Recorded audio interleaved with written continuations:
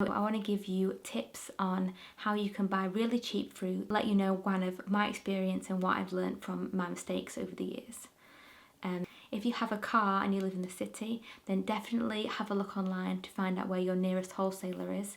So I used to drive at 6 in the morning once a week to my nearest wholesaler, and most of them let the public go at certain times of the day. And there was one guy who he knew that I wanted ripe, ready to eat fruit, and I used to get boxes of bananas for £3 a box. So that's like 90, 100 bananas in one box, ready to eat for £3. It depends what kind of person you are, whether you already have a car, how far away it is. But if you do have easy access to a wholesaler, that is definitely where you can get really good deals. The only time that buying in bulk isn't cheaper is when there's an opportunity to get discounted fruit and vegetables. So the first thing I do when I get to the grocers is I'll just look around to see is there anything that they have on offer. I then ask the staff if they have anything that they need to get rid of. So I did this the other day and I got a whole tray and more of peaches and nectarines that were ready to eat. They needed to be eaten like today and the next day, and the guy gave me them all for £1.50, which is just an amazing deal. You have to be careful though, so in the past sometimes I'll be like, yes, that's such a good deal, I'll take it home, and then I'll find that actually a lot of the fruit at the bottom is rotten. So my tip there is to get into the habit of checking all the fruit to make sure that it is actually all okay. You can also ask just generally when their best day is to visit them. So because that's when they get the best deals, that's when they can give the customer the best deals.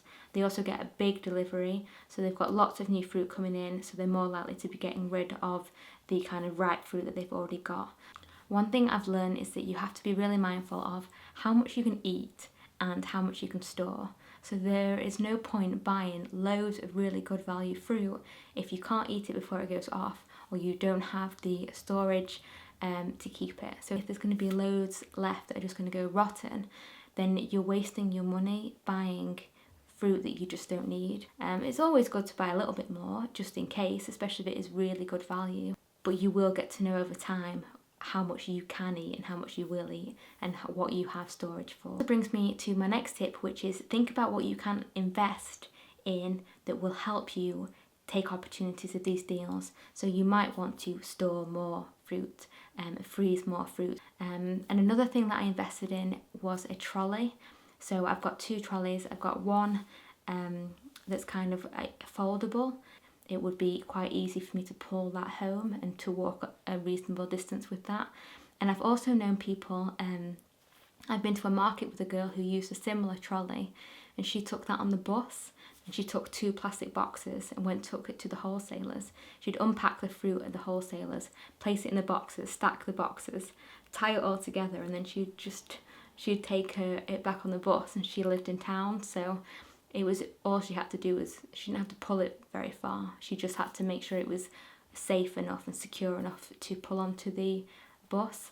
And then she got to take advantage of lots of really cheap fruit at the wholesalers. Or I've also seen people get like bags and things for their bikes, or one of those, what they called, like trailers that you can pull on with your bike.